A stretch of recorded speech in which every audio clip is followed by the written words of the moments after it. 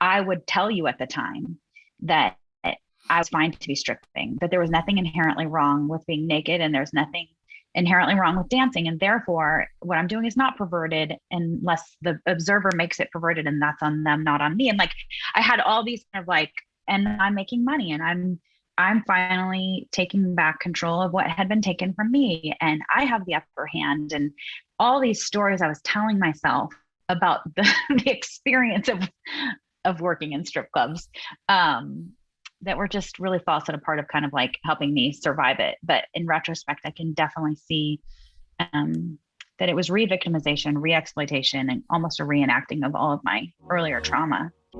Hello and welcome to The Naked Gospel, where we have conversations about sex, singleness, marriage, pornography, and everything in between. We bring on cultural thinkers, parents, important folk, and normal folk alike. I am your host, Shane O'Neill. If you're listening in, video versions of all of these episodes are available at YouTube, Proven Ministries. We have that below. If you're watching, you just rather listen in, then all of these episodes are available on every major podcast platform. Whether you're listening or watching, do subscribe and continue to track with us. Thank you for tuning in and enjoy the episode.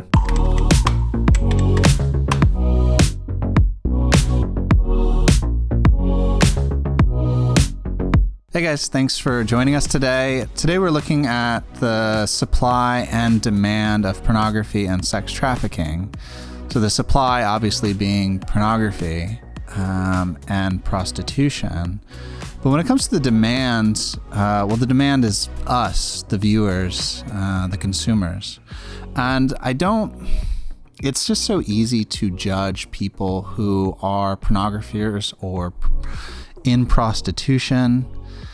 But we don't often evaluate our own role in that cycle. And I just want to take, just this time to look at it, to evaluate it. We've asked Harmony Dust to join us. She has shared her story on here before. She was on here a few months back. If you're interested in that episode, we'll have it down below. She used to be a stripper. She was exploited in the industry, and Jesus saved her, as he does. And she's coming back on to process with us what the industry is like and that relationship between supply and demand. She's also started a organization called Treasures. You can check it out at iamatreasure.com, and where she helps women who are trying to get out of the industry get their lives back, rebuild community, forge relationships, get their feet back underneath them. It is a really cool organization. I encourage you guys to check it out just so that you're aware of it. I don't know of very many like it. She's done such a good job. And if there are any ladies who are listening who are looking to kind of break away from, issues of lust or pornography, we are running a discount with Proven Ministries. If you're interested in resources there, you can use the promo code WomenStruggle2. TOO, and we'll have that down below as well. You can check out the website, check out the resources. Again, it's 30% off. So thank you for being with us. Thank you for joining us. And as always, if this episode encourages you or you think it's beneficial, please share it with somebody you think would benefit from it. Let's jump into the interview. Harmony, thank you for being here today. How are you? I'm good. It's I'm a human living on planet Earth in 2021. So good days, bad days, but all is well with my soul. Where are you located? So even before we jump into the organization that you and your team have built, where is it located? Where are you located? Los Angeles, California is where we are. San Fernando Valley, if you're familiar with the landscape of LA. But we've trained people all over the world on 6 continents in like 120 cities. So we have little plantings all over. Yeah, little outposts. It's a need that is unfortunately multicultural, multi-continental. 100%. Absolutely. Yeah. Yep. So I came across Treasures maybe a year ago or so, and was just blown away by your website and by what you guys do.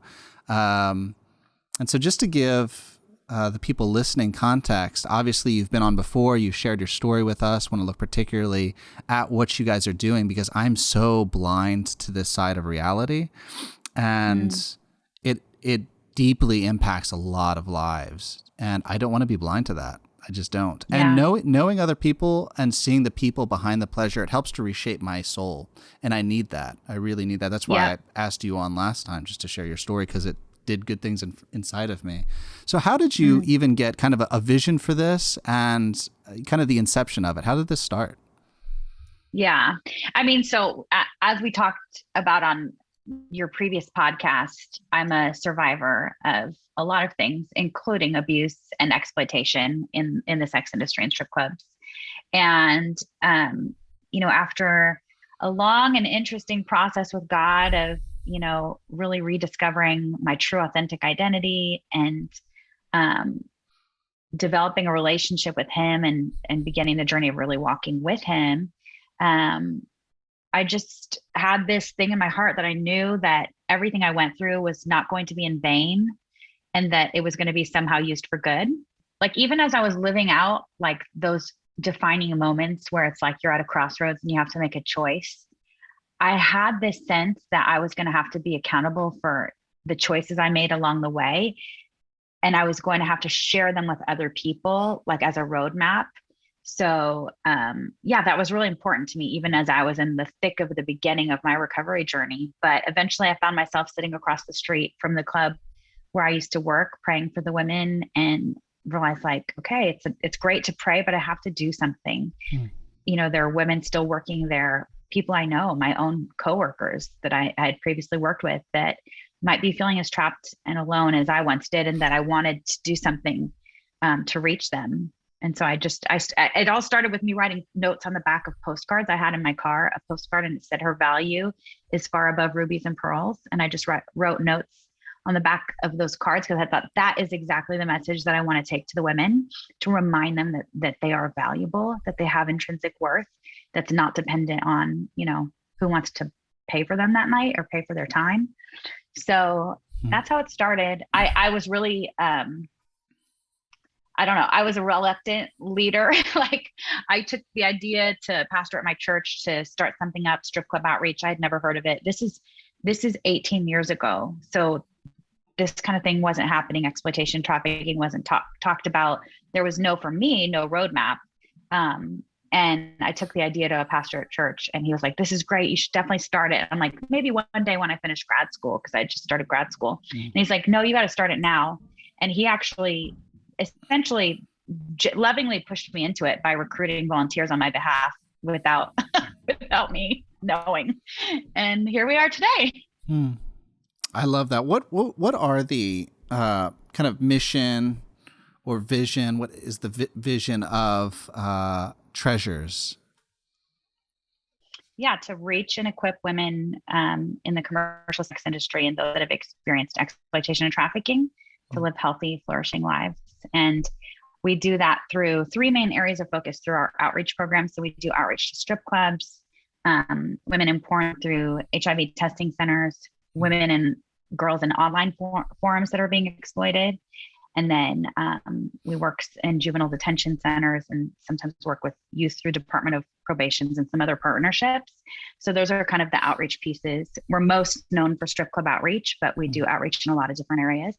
And then care, which includes support groups, one-on-one mentoring, and just really walking alongside women in their recovery process and helping them get connected to resources both within Treasures and outside of Treasures that they need to thrive. And then the third area of focus is training people in, first of all, training and educating the public in general on the issues of trafficking and exploitation, on the nuances, on, just helping really people see behind the curtain. And then we have a digital training program that's designed specifically to train and equip people in best practices for outreach and care. And we used to do that in person, but now we have them digital. So it's really awesome to see God using that to just equip people around the world to do some really awesome work. So it's been quite a ride. Yeah, I believe it. So So there's this image, this cultural image of like pornography and strip clubs, that it's free expression and that it's more to the point freedom. It's a freedom of expressing who someone is, a liberation of the body. And so a lot of people do view these kinds of categories that we're talking about in almost positive, idealistic ways. And so I'd be interested just to know, what is the connection between pornography and these other settings and sex trafficking or sexual exploitation? Yeah. Yeah. So there definitely are those kind of myths are out there that the sex industry is empowering. And truthfully, it does offer a false sense of empowerment to women, especially, and especially women who have experienced childhood abuse and, sexual assault and sexual violence. A very high percent, up to 90%, have that history of childhood sexual abuse in their background. And that's not a coincidence. Those moments where we find ourselves sexually abused are moments of like extreme powerlessness over our own body, right? Like as children, as without a voice, without the ability to say no, without the power.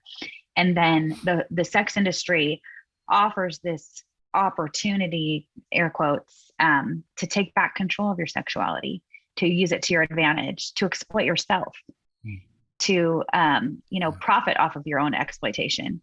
And so that is, if you're not like me and giving all of your money to a pimp, as I was.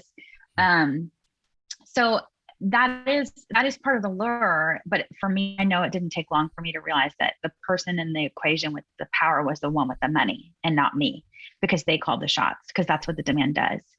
And that your job is to cater to the wants, needs, and desires of the demand, really at the expense of yourself. But as human nature goes, when you're in a situation, you have to find a way to survive it. So some of those defense mechanisms definitely were at play for me: denial, rationalization. And so I would tell you at the time that I was fine to be stripping, that there was nothing inherently wrong with being naked, and there's nothing inherently wrong with dancing. And therefore, what I'm doing is not perverted unless the observer makes it perverted, and that's on them, not on me. And like, I had all these kind of like, and I'm making money, and I'm finally taking back control of what had been taken from me, and I have the upper hand. And all these stories I was telling myself about the work, if you can't call it that, about the experience of working in strip clubs, that were just really false and a part of kind of like helping me survive it. But in retrospect, I can definitely see that it was re-victimization, re-exploitation, and almost a reenacting of all of my earlier trauma. And if the sex industry were empowering to people, we wouldn't see the rates of PTSD that we do. We see rates of PTSD among women in the sex industry that are equivalent to combat war veterans. If the commercial sex industry was truly empowering, we wouldn't see that. We wouldn't see the levels of depression. We wouldn't see the high rates of homelessness, even among people in like corn, in places in the industry where you'd think it's actually lucrative and people should be making money. You still see high rates of poverty and homelessness. We wouldn't see that if the industry were truly empowering. The level of substance abuse and addictions, and just the vulnerability of the people who end up there. If it were empowering, the wealthy elite would be sending their children to porn sets and strip clubs, but they're not, right? If it were truly empowering, we'd see that, but we don't. We see the marginalized, the disenfranchised, the vulnerable people in our society that are already struggling with vulnerability. I remember the first time, it was several years ago, maybe 10 years ago, where I first came across that term of sex worker, in direct contrast to the lingo of prostitution, prostitute. And so even trying to rebrand the activity to dignify it, to show, like a sex worker, like, no, I'm a worker and I just work in this field. And now that's pretty much ubiquitous. Kind of everywhere I look, it's talking about sex working or even more mundane terms. Because you talk through referencing some statistics, and I saw from your website, I cheated a little bit, but that 90% of women in the sex industry come from abuse, childhood abuse. What are some other stats that you've collected and seen over the last few years? Yeah, I mean, 70% of domestic minor trafficking victims in the U.S. are from the foster care system. Um, high rates of trafficking among runaways, throwaways, um, you know, Black, Indigenous, and people of color, super high rates, especially when it comes to trafficking. I can't remember off the top of my head, but we do have a free downloadable stat guide with the list of works cited and accurate numbers, but I'm pretty sure it's 69% of domestic minor trafficking victims I know at least LA are African American. Wow. But they represent a much smaller percentage of the population, but a very high percentage of those being victimized in trafficking. The ratio. Yeah. And then you talked about, the language. It is important because it does shape mindsets and it perpetuates ideology that informs then practices and policy and laws and all. It's like affects all the layers. And in fact, the idea of sex work, this idea that sex work, is really one of the foundations of the movement to fully decriminalize prostitution. And it's that idea that it's just work. It's a job like any other. And this is the belief that it's the stigma that makes it so terrible and dangerous, not the work itself, right? But when you look at all the places where prostitution has been legalized or fully decriminalized, we see increased trafficking. We don't see decrease in violence against prostituted people. And so language matters. So for us, we're taught, the language we use is like people in prostitution, because they are not prostitutes, because that's nobody's identity, right? People in prostitution, prostituted people who are being exploited or trafficked, right? So I'm very careful to use any kind of label, stripper, porn star, whatever. It's because I was never a stripper. That was never who I was. That was something I did for a time in my life, but that was never my identity. So I think language is important, even in that like kind of small minutia. It's very important because that's who you weren't, right? Like that. Exactly. That's the person you weren't supposed to be. And then to just assume that like that's who even to say that's who I was implies that that's an identity that you once wore, which might be true to us in a sense, but nonetheless it's a misshaped story. So I really like how intentional you are with language. I want to ask kind of an indelicate question. You talk about your mission and your vision and being located in several locations. The question that comes to mind is it working? Is what you're doing bearing fruit? Is it successful? And can you talk a little bit about that? Yeah. I mean, so first of all, the 120 locations, those are autonomous groups of people that have been trained by Treasures, but are operating completely autonomously. That's awesome. To answer your question, yes, I'm constantly hearing stories from them about people's lives being changed. But here, with the work that we do at Treasures, and we are now that it's been kind of a blessing in disguise in terms of like being forced to figure out a way to create virtual support groups, because now we have support groups that we're able to offer to women outside of the city and outside of the state. So we have women logging into our virtual support groups literally from all over the world, and it's beautiful. I keep in my inbox a folder called encouragement and thank yous, because every single time I receive a message, text, phone call, anything from a woman who's like, hey, here's how Treasures has impacted my life. Here's what my life looks like today. Here's what that seed you sowed, here's the fruit that it yielded. I keep those on hand because I need to remember those when the work gets hard, and it does get hard. But there's not a week that goes by that I don't hear from someone that's been impacted by the grace of God, by the work that Treasures has been able to do for the past 18 years. I love that. I love that so much. God bless you. I want to go back to that name. It's kind of a parenthetical point that you made, but it's so strong. So I was talking to somebody just yesterday about how there's this false idea. I think it's a false idea in Christianity that kind of only associating yourself as a sinner can really just pile on this identity of guilt and shame. And there's a sense in which absolutely, like, I am a sinner saved by grace. And like Paul said, I'm the chief of sinners. Like, I genuinely believe that in my heart. But the stuff that humbles my heart the most is when I go for a walk and pray out loud, God, thank you for naming me holy. Thank you for naming me blameless and above reproach. When I start to, like, chosen, like dearly beloved son, when I start putting those names on, they humble my heart in a way that nothing else can, because I know they're so experientially untrue, but it's how heaven sees me, right? And I didn't earn any of that. He just really likes me and loves me, and that humbles me day after day. And that's where sanctification bears the most fruit in my life. So when there's just like this beautiful contrast that you've created of like stripper or pornographer, and then all of a sudden treasure. How did you pick the name Treasures and the website that went along with it, I Am a Treasure? There's a very intentional identity piece that you're trying to give, and maybe a culture of kind of heavenly naming that you're trying to impart. Would you mind talking a bit about that?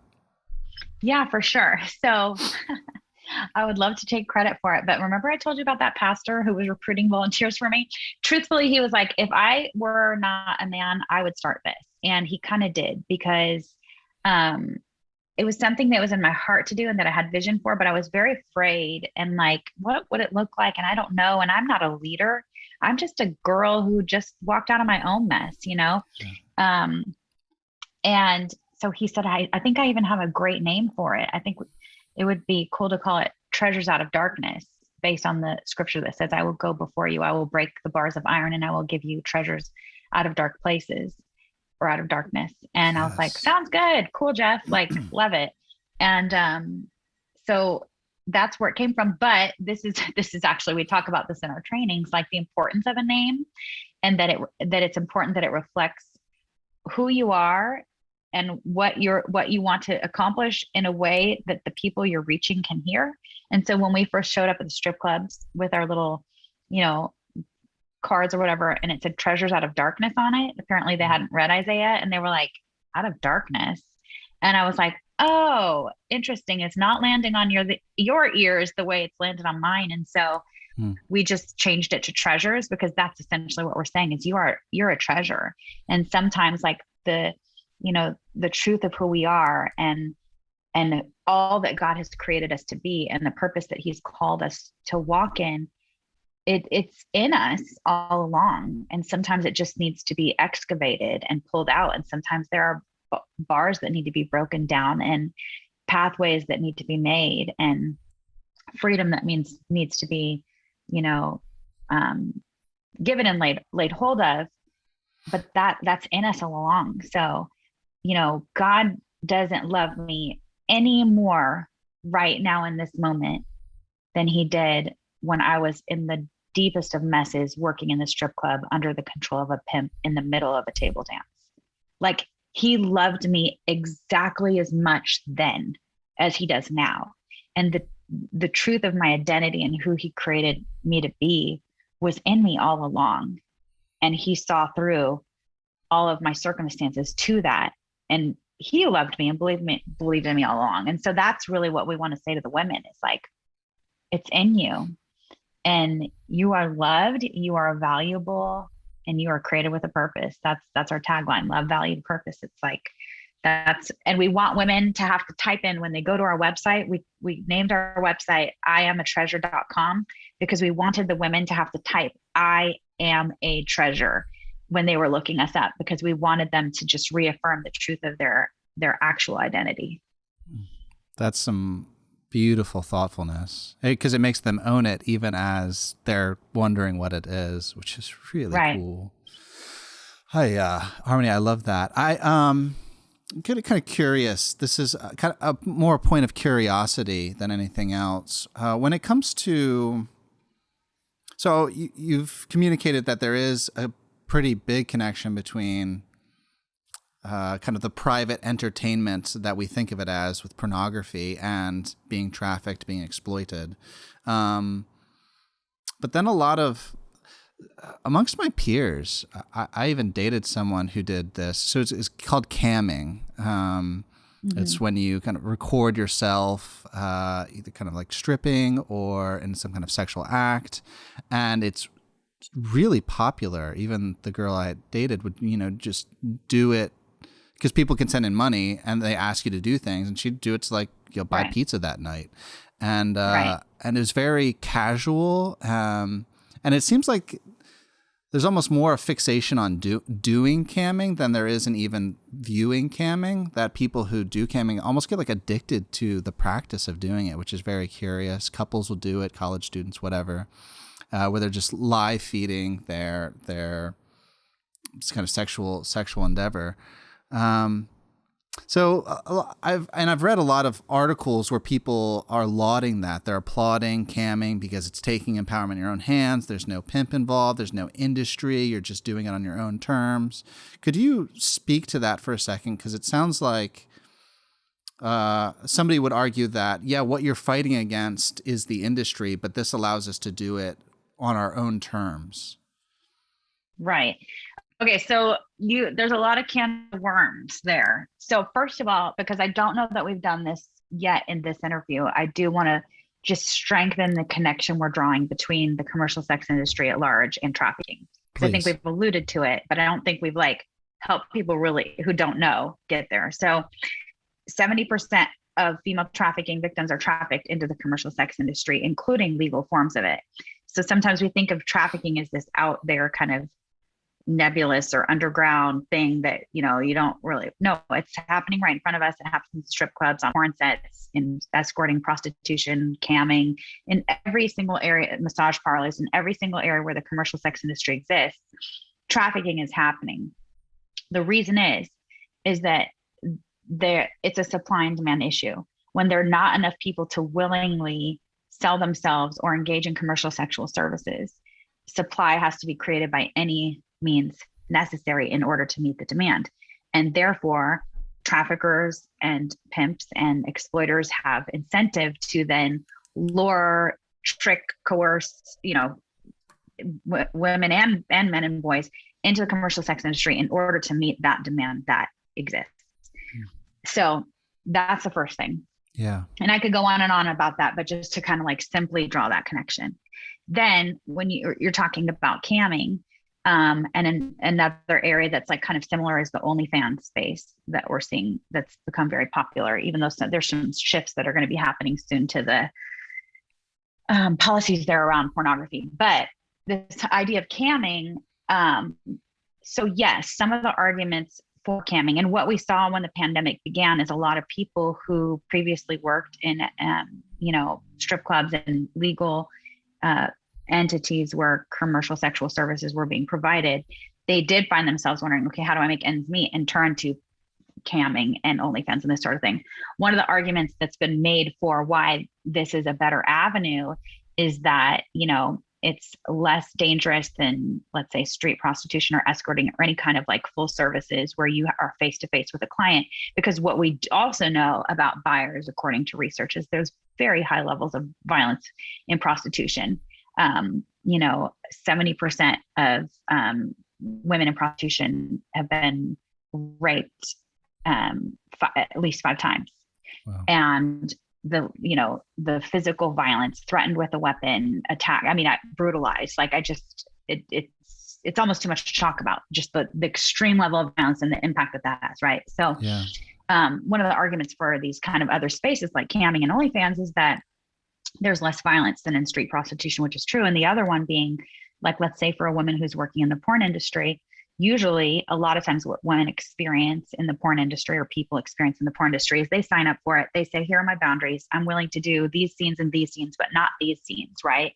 And they get sent on a job and they're told it's one thing, they show up at set, it's another, they're being pushed and pressured to do beyond their boundaries, threatened, you're never going to work in this town again if you don't do XYZ, people are going to think you're too difficult to work with, I'm going to ruin your name, I'm going to ruin your career. And then they find themselves doing more than they ever planned to in the first place, with all these other people getting all these cuts of it and making a very small piece of the pie. So with camming and OnlyFans, one of the arguments for it is that, well, I have more autonomy and I'm keeping a bigger slice of the pie. However, it's still not empowering, because at the end of the day, the person with the power is the demand, because they are the ones who are telling you, do this, do that, do this, do that. Here's what I want. Here's what I demand, right? This is the demand. And you have to meet it. And if you don't, the next person will. So you're always going to be at the mercy of the demand. And the same kind of element is happening where people will get into these kind of arenas thinking like, I'm only going to do X, Y, Z, and ABC, and I'm not going to do all these other things. And then they find themselves, with rent to pay or mouths to feed or, whatever, kind of financial pressures that they're experiencing. And they find themselves doing more than they ever wanted to make that money because the demand is demanding it. So it's still not empowering. And at the end of the day, it's turning people into products. And I think there's a real problem with that. Thank you. And I think that there's a price for that. There's a cost. Yeah. It costs. I know for myself, like it cost me my sense of self and my sense of identity. Yeah, there's a cost even for the person who watches. There's a cost. I mean, even it doesn't take me many kind of logical premises to get to understanding that watching pornography and acting out is self-abuse, that I'm abusing and using myself in ways that I was never intended to, and I'm taking my passion, like my richest passion, and I'm throwing it into a pixelated hole. I'm married now, and I don't have that right. And I've talked about this on another podcast, but learning to have sex that's filled with intimacy has freaked me out in all the best ways in marriage, because for 15 years I practiced sex without intimacy. Right. On varying occasions, but then all of a sudden to have sex where there's another person looking back at you, all of a sudden it just freaked me out in the first few months of marriage. And it's been really good for me, kind of this relational new conditioning. And I've loved every bit of it, and I've chafed at every bit of it, but it's been really good. So I do want to talk on that. So the demand has the power, because it's demanding the action from you, from your friends, from whomever it might be. But the demand is still the one who's being empowered, and you're just a product of that demand. That's what I hear you saying, yeah? Right. That's for sure what I'm saying.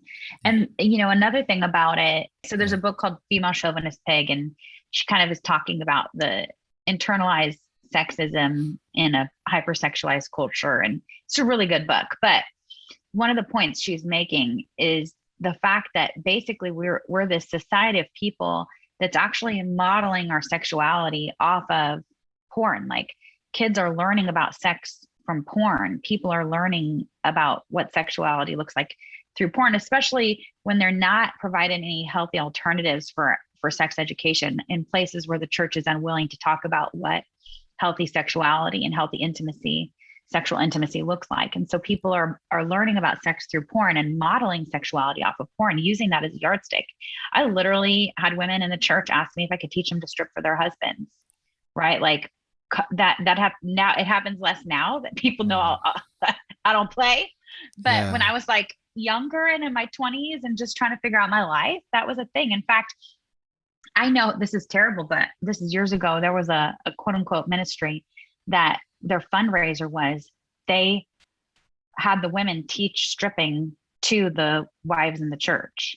And then the wives paid the ministry donations and basically exploited the women even more. Wow. The most terrible thing I've heard, but why? Because we're modeling our sexuality off of pornified culture. But the point that she makes in her book is that we're modeling our sexuality off of a sexually traumatized group of people, because this is a group of people that has experienced such high rates of childhood sexual abuse, sexual violence, sexual trauma. So we're modeling our sexuality off of a group of people that are sexually traumatized. And how healthy is that?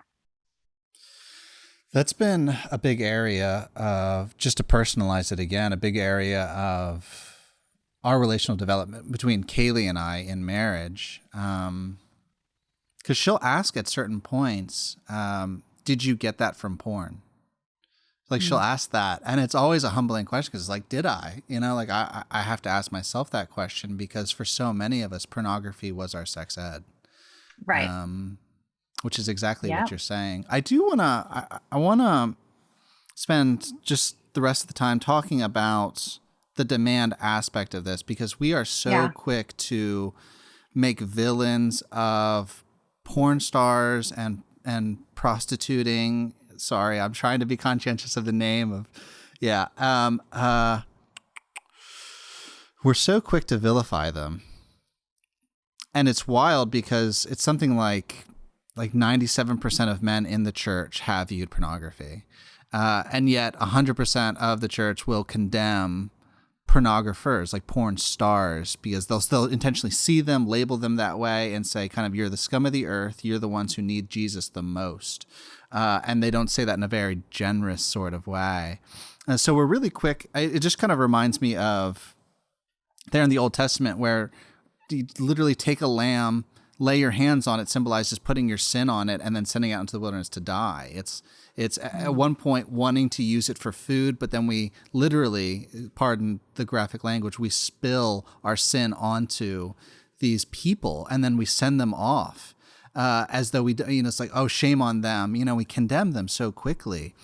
And so I guess what is your approach to the demand? Like if you're looking at the demand, you're saying the demand is having the power.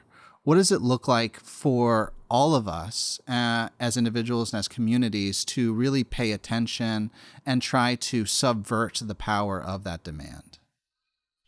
Yeah, I mean, that's very interesting, that perspective. And yes, I do see that experience in the church. And it's this whole like, okay, well, women are responsible for the sexual responses of men is essentially what that is. And it's like, it even goes back to like the little things like, don't wear tank tops. Why? Because you'll cause your brother to stumble and that's the message that ultimately you're responsible for the sexual responses of men. And so there, it is my responsibility to behave in such a way that can hopefully stave off his sexual attraction to me, but not placing accountability on the man for his own sexual responses. So that's just very deeply ingrained in, I know, at least Western church, right? And Western culture. It has been heartbreaking to see some women that I love. Huh? And Western culture that's what kind of rape culture is branded as, the slut walks, where people will walk through downtowns wearing whatever they want because they're saying, it's my body, you don't have a right just to have it however you want. They'll be, and they're proving a point, and it's a really rough way to prove it, but they're saying the exact same thing. So it's apparent in the church and outside of the church. That's true. Very, very true. But in the church, I've certainly seen women that we serve, come in and find that, like, let's say, like, someone who is known in the porn industry, and everyone's afraid that their husbands are gonna like stray just because she's sitting in a pew, That sucks. So that's been really hard, right? It's been really hard. But at the end of the day, so many of the women that I know would never have entered into the commercial sex industry if there weren't a demand. So it's the demand that's driving the whole industry. So I do believe that, if we are ever going to see an end to exploitation trafficking, it's going to require the demand, which is primarily men. It also is women. Just want to say that 1 in 3 visitors to porn websites are women from the data that I've seen. But it's primarily driven by men, and it's always going to exist, and it's always going to be a problem, which means exploitation trafficking will always exist as long as there's demand. But men can be the solution, and the demand can be the solution by saying, I'm not going to participate in this demand anymore. I'm not going to be a part of the problem. And that's the only way we're going to be able to make a dent in this. But with that said, like when you talk about what's my perspective of the demand in my heart, it's like no one's winning. Everyone loses, right? No one's really winning here. People who are participating in the demand are settling for a counterfeit version of healthy sexuality and intimacy, and false intimacy and are, shortchanging themselves, but meanwhile participating in this beast that is leading to the exploitation of vulnerable people. So nobody's winning. Yeah. Yeah. We're so quick to criticize the supply. We're saying porn is everywhere. And then we don't take a step back and say, well, it's because most of us are watching it, and like, I don't ever, like I've heard plenty of pastors condemn pornography, but I haven't then heard him take that follow up and say it's because most of us have a history with pornography. Right. You don't have to be in the industry to have a history with pornography. It's wild to hear you say that, because I've been in anti-trafficking for so long that all I hear and all we talk about is it's a supply and demand issue. The demand is the problem. That's a big part of the problem. Of course, there's other societal issues and all these other things, right? But the demand is a huge part of the problem, and it's addressing demand has to be a huge part of the solution. So it's wild, but yes, you're right. That I'm sure in many spaces that's not being talked about, and it needs to be talked about for sure.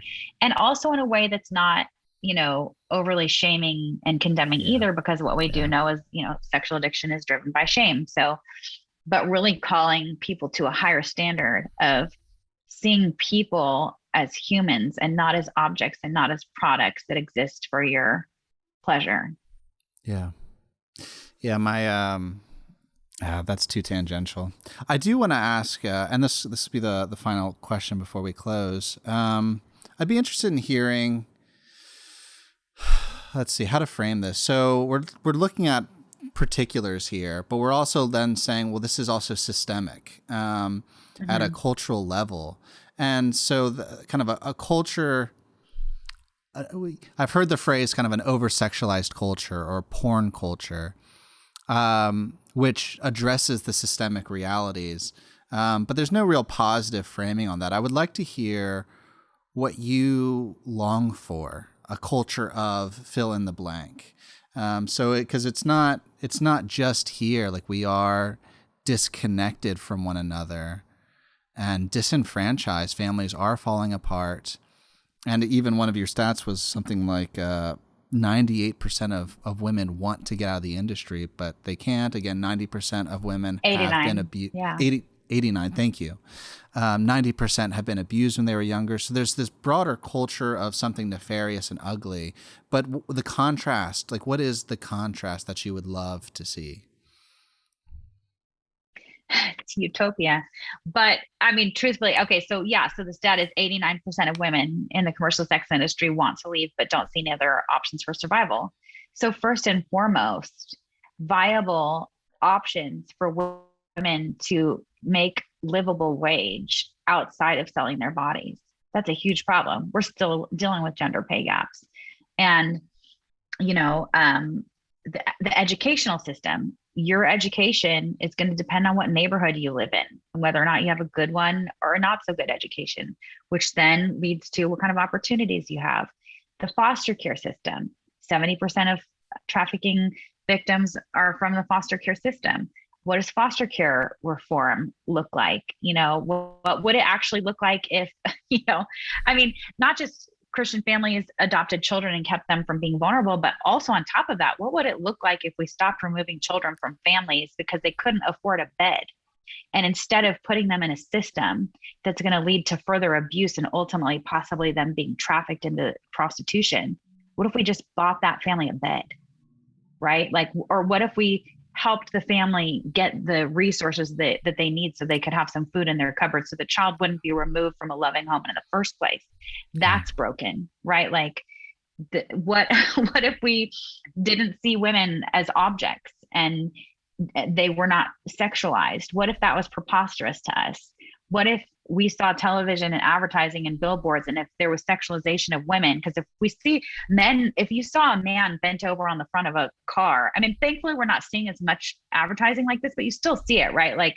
You'd be like, what is happening? This is awful. But you can see women in these hypersexualized advertisements and positions, and we don't even think anything of it because it's so normal to us. But what if we lived in a world where we're like, whoa, that's not cool? It's wild to watch television and media through my daughter's eyes because doesn't miss anything. She is like Mrs. Justice. And these kids, I'm telling you, this next generation is going to call us up to a new place because she does not play. She's like, there's not enough female representation in that cartoon. There's only one female character and there's 10 boy characters.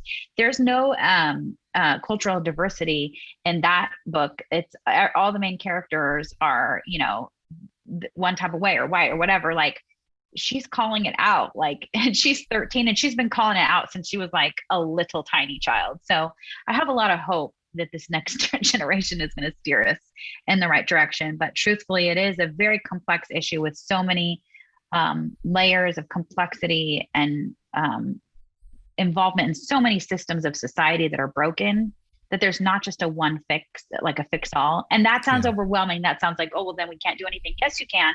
Like, we can all find something that we can do, right? Like, so maybe one person's passion is education and bringing, better education and more equality in education. Maybe another person's passion is foster care reform or, keeping families together, or there's a million things that can be done. It's just a matter of figuring out what our part is. And maybe our part is as simple as committing to not participate in the demand, and starting there would be a great place to start.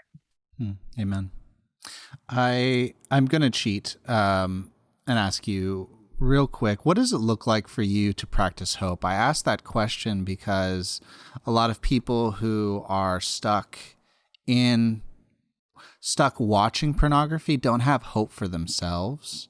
And a lot of parents don't have hope for the culture. They don't have hope for their children.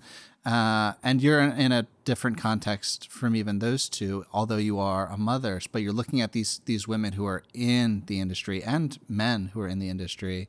What does it look like for you to practice hope? Because I think we can learn something from that. That's such an interesting question, because I've actually been meditating on hope lately and like really finding myself needing to, John Eldredge? Yeah. I love John Eldredge. So he has this app called the 1 Minute Pause, and he has meditations on different areas. And one of them, you can actually meditate on hope.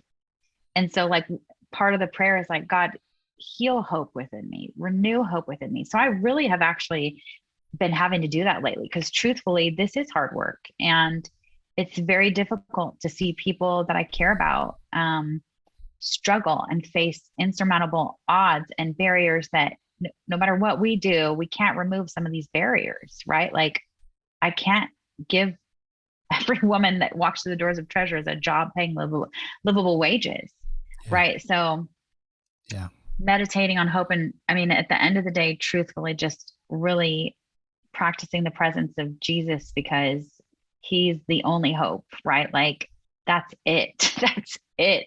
Where would I be without him? And yeah. Well, Harmony, you're awesome. I enjoy having you on. Thank you for sharing yourself, your story, your experiences with us so freely. It's rich stories, but you're also very bright. Just tracking with your thoughts, I'm like, wow, that's smart. That's very insightful, and really grateful for your presence. We always end with two questions. One, how can people track with you? What kind of resources you have out there? And two, how can people be praying for you? Yeah, for sure. So IamAtreasure.com is the website. I'm on social media at Harmony Grillo, so connecting with us in either of those places. And we're in the process of raising money for a recovery home, our freedom home, where we want to be able to run our programs and host dinners and just provide a safe place for women to heal. So if that resonates with anyone listening, would love to invite you to be a part of that.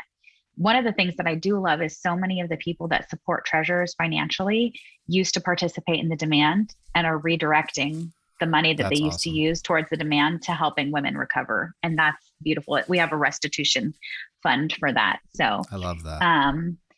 That was the first question. What was the second question? Oh, how can we be praying for you? How can you be praying? Well, actually the home, we've raised, we had a $200,000 matching grant. We matched it. Now we have a $20,000 matching grant that we're in the process of matching. So for the home, and then we're also in the process of trying to secure a loan for the remainder of the balance that we'll need for the home. So over that process and just over the whole team as a whole,